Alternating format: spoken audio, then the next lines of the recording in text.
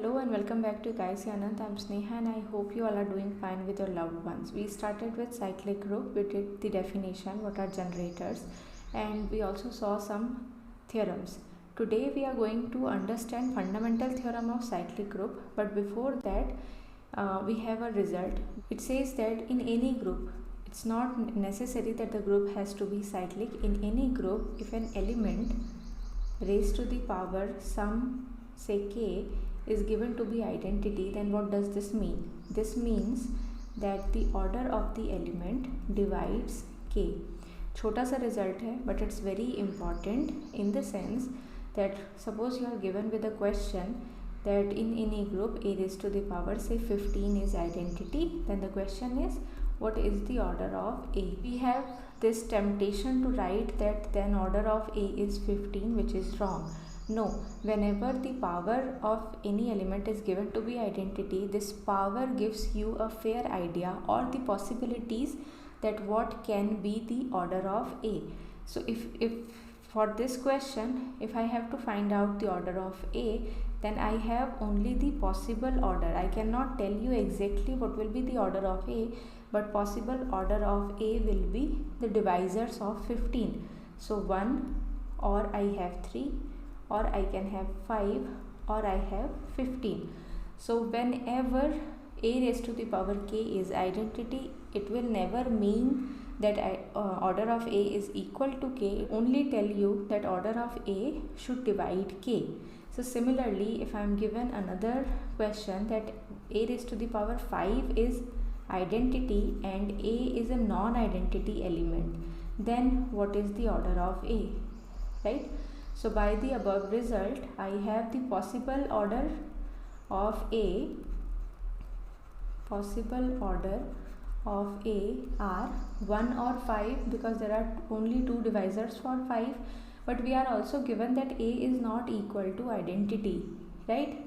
If the order of a is 1, that means a raised to the power 1 is identity, it will imply a is equal to identity, which cannot be possible in this question, and hence we have order of a is 5, right? I hope ये छोटा सा result आपके दिमाग में clear है. Whenever such equation is given, you have to remember that whatever be the order of a, it will divide k. So we'll get possible orders, not exact orders, right? Now the fundamental theorem of cyclic groups. So the fundamental theorem consists of 2-3 parts, and we are going to understand the theorem part wise. The very first part says that subgroups of cyclic group are cyclic, right? So theorem says that subgroups of cyclic groups are cyclic. I am going to give you the outline of the theorem, outline of the proof of the theorem, so that you can do it yourself. Suppose G is any group which is cyclic. That means G must have an element which generates G. Suppose I have a subset H of G. I have to show that this H is a cyclic subgroup of G. I have 2 possibilities for this subset. This subset can be trivial. That means the subset consists of only one element, that is the identity element, or the subset is non-trivial, right? In case H is equal to singleton set, which is identity element, it's obvious that H is a subgroup and H is cyclic, because I have only one element and that element generates itself. So we are done. However, in this situation, again I have to prove 2 things. One, H is a subgroup or not, and second, H is cyclic or not. Is there any element B which generates H, right? To leave the first part to you, you have to show that H is a subgroup. I am going to show that H is cyclic. Now if H is non-trivial, what will be the exact form of H? G is generated by A, then H will be of the form which consists of E and powers of A, right? So suppose I have these many powers like this, right? So your first task is to, this is yours doing, you have to show that H is a subgroup, and it's very easy to show. you can use one step, two step subgroup test, and you'll easily able to show that this is a subgroup. Second part is I have to show that H is cyclic. So for that, let us consider a least positive integer m such that a raised to the power m belongs to H, and H being a subgroup of G having closure property, I can say all the elements generated by AM is in H, right? Why? Because of the closure property of H. Already shown that H is a subgroup.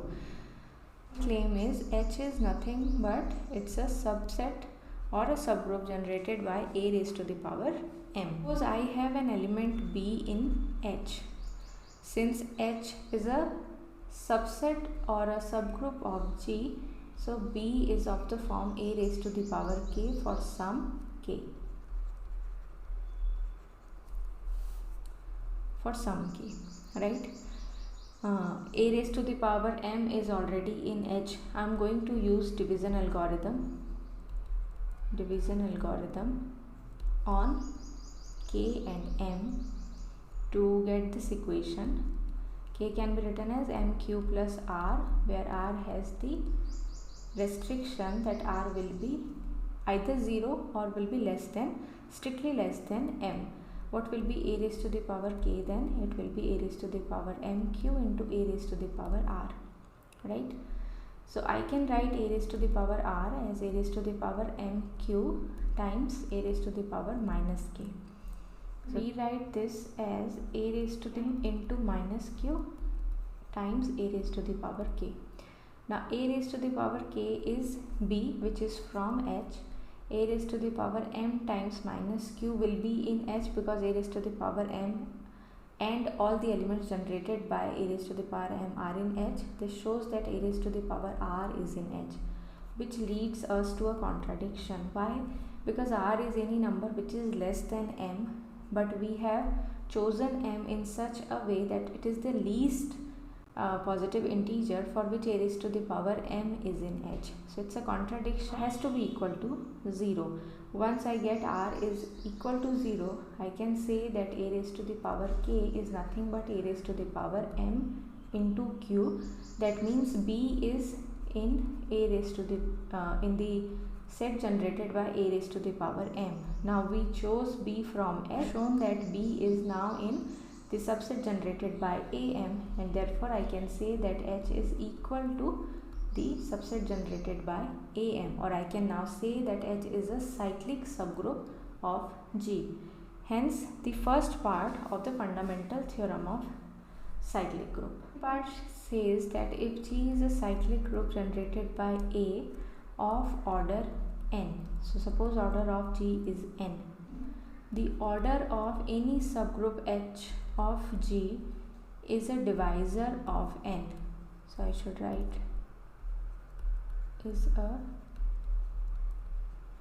divisor of n, right? Where what is H? H is any subgroup of G. Since from the first part I know that when G is cyclic, this H has to be cyclic. That means H must be generated by some element, say B. Now this second part is saying that if the group order is finite, then I can easily find out the order of a subgroup. It will be one of the divisors of n, right? And most importantly, for each divisor k of n, we have exactly one subgroup of such order, exactly one subgroup of order k.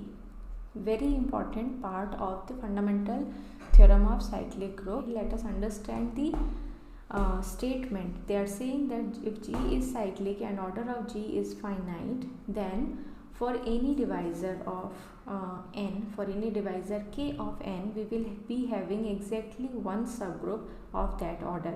That means if I have any subgroup of G, I already know that, or I would say I will have the possibilities of order of H.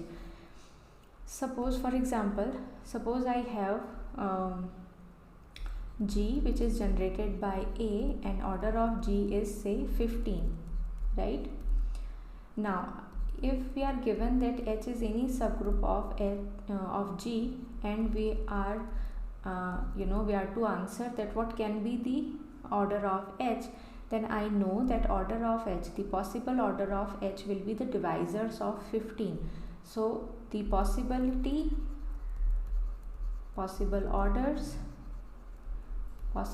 of H can be 1 or 3 or 5 or 15, right? So once again it's that part of the theorem which gives us the possibilities of the order, है ना. हमने जो video में शुरू में first theorem पढ़ी थी या फर्स्ट रिजल्ट पढ़ा था, that was also about the possibilities of the order. So let us see the outline of this proof. Begin the proof by considering that k is any divisor of n. Then obviously a raised to the power n by k will generate some subgroup of G.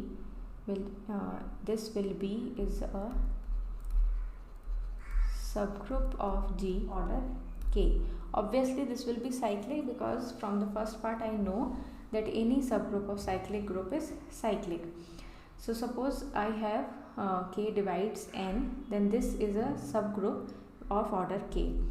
I have to show that there is exactly one such subgroup. So let us consider, let us say H is any subgroup of G with the same order. Suppose order of H is again k. Now I know that being a subgroup of cyclic group, H has to be cyclic, so M is the least such integer, right? So now I know that the order of my group is n and group is generated by the element A. So I am going to apply division algorithm between m and n. So I can write n as m times q plus r, where we have the restriction that r has to be strictly less than m or it is equal to 0, right? So what is a raised to the power n now? It will be a raised to the power mq into a raised to the power r. A raised to the power n will give me identity because of these two criterias. So I have a raised to the power r as a raised to the power m raised to the power minus q. Since my h is generated by a raised to the power m, a raised to the power r now becomes a member of h, which is a contradiction. Why so? Because m is the least such integer. R cannot be an integer which is less than m, and a raised to the power r is in h. So I have one possibility left, that is r has to be equal to 0. Once r is equal to 0, I can write what? N is m times q, right? So this implies what will be order of a raised to the power m now? Order of a raised to the power m will be n by m. Basically it will be q. क्योंकि a raised to the power जो m है, इसमें if I multiply q तो वो मुझे n देगा, और once I get n I'll get identity. तो ये least integer हो गया हमारे पास. therefore ये जो subgroup बनेगा a raised to the power m, इसका order कितना होगा? n by m. what is this subgroup? this is nothing but h. और h का ऑर्डर कितना है? हमने कंसिडर किया हुआ है k. That means my k is equal to n by m, and hence I have n is equal to m times k. That means k divides n and there is only one subgroup which is a raised to the power subgroup generated by a raised to the power n by k of this order. As a corollary for this theorem, corollary says that for each positive divisor say k of n, divisor k of n, we have,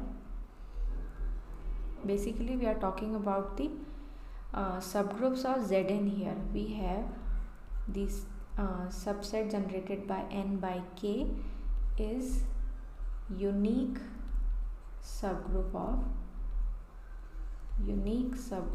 of Zn of order k, very important result, right? And these are the only subgroups of Zn. So if I have to count the subgroups of Zn, all I have to know the positive divisors of n. So you must write that these are the only subgroups of Zn, right? For example, if I have to talk about say Z45, I have to list all the subgroups of Z45. So list the subgroups of Z45. This is my question, right? So what will I do? Suppose I am writing the orders here and the subgroups here. So I have to write the divisors of 45, right? What are the divisors of 45? So these are the possible orders. The divisors of n will be the possible orders. So 1 is a divisor of 45. Then I have 3 is a divisor. I have 5 as a divisor. I have 9 as a divisor. Then I will have 15, and then I will have 45 as divisors. So the only the subgroups of Z45 will have these orders, है ना? इसके अलावा और कोई भी number हमारे सब group का ऑर्डर नहीं बन सकता. नाउ व्हाट आर दी सब ग्रुप्स के लिए क्या करना है? I just have to divide 45 by these numbers. So when I divide 45 by 1, I will get 45. So a subgroup of order 1 will be generated by 45. Then I have to divide 45 by 3, I will get 15. So a subgroup of order 3 will be generated by 15. Similarly, a subgroup of order 5 will be generated by 9. A subgroup of order 9 will be generated by 5. A subgroup of order 15 will be generated by 3. And a subgroup of order 45 will be generated by 1. That means this is the group itself, है ना? ये Z45 अपने आप ही है. So this is how, with the help of fundamental theorem of cyclic group, I can list all the subgroups of Zn. All I need to do is I should know the divisors of n, and those will be my orders of the subgroups. And in order to find the subgroup, all you need to do is you need to divide n by these orders, that is by the divisors, right? So I hope this lecture is clear to you. We will be meeting in the next one. Till then, take care. Bye bye.